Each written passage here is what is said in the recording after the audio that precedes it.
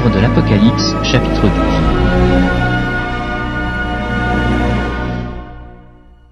Un grand signe parut dans le ciel. Une femme enveloppée du soleil, la lune sous ses pieds, et une couronne de 12 étoiles sur sa tête.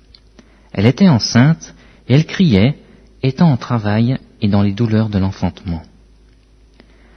Un autre signe parut encore dans le ciel, et voici c'était un grand dragon rouge, ayant 7 têtes et 10 cornes, et sur ces 7 têtes 7 diadèmes. Sa queue entraînait le tiers des étoiles du ciel et les jetait sur la terre. Le dragon se tint devant la femme qui allait enfanter, afin de dévorer son enfant lorsqu'elle aurait enfanté. Elle enfanta un fils, qui doit paître toutes les nations avec une verge de fer. Et son enfant fut enlevé vers Dieu et vers son trône, et la femme s'enfuit dans le désert, où elle avait un lieu préparé par Dieu, afin qu'elle y fût nourrie pendant 1260 jours. Et il y eut guerre dans le ciel. Michel et ses anges combattirent contre le dragon. Et le dragon et ses anges combattirent. Mais ils ne furent pas les plus forts, et leur place ne fut plus trouvée dans le ciel.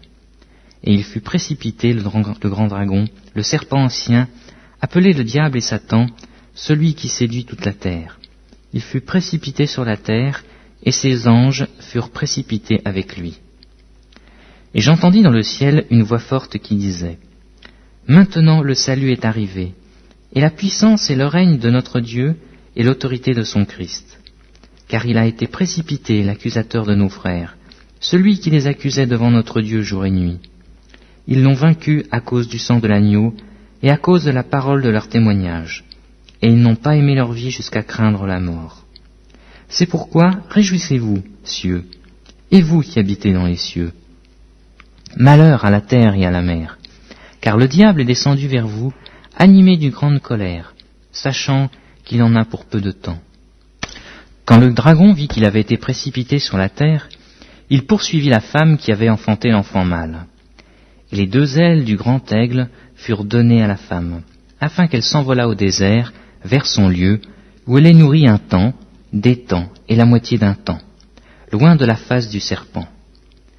Et de sa bouche, le serpent lança de l'eau comme un fleuve derrière la femme, afin de l'entraîner par le fleuve. Et la terre secourut la femme, et la terre ouvrit sa bouche et engloutit le fleuve que le dragon avait lancé de sa bouche. Et le dragon fut irrité contre la femme, et il s'en alla faire la guerre au reste de sa postérité, à ceux qui gardent les commandements de Dieu et qui ont le témoignage de Jésus-Christ.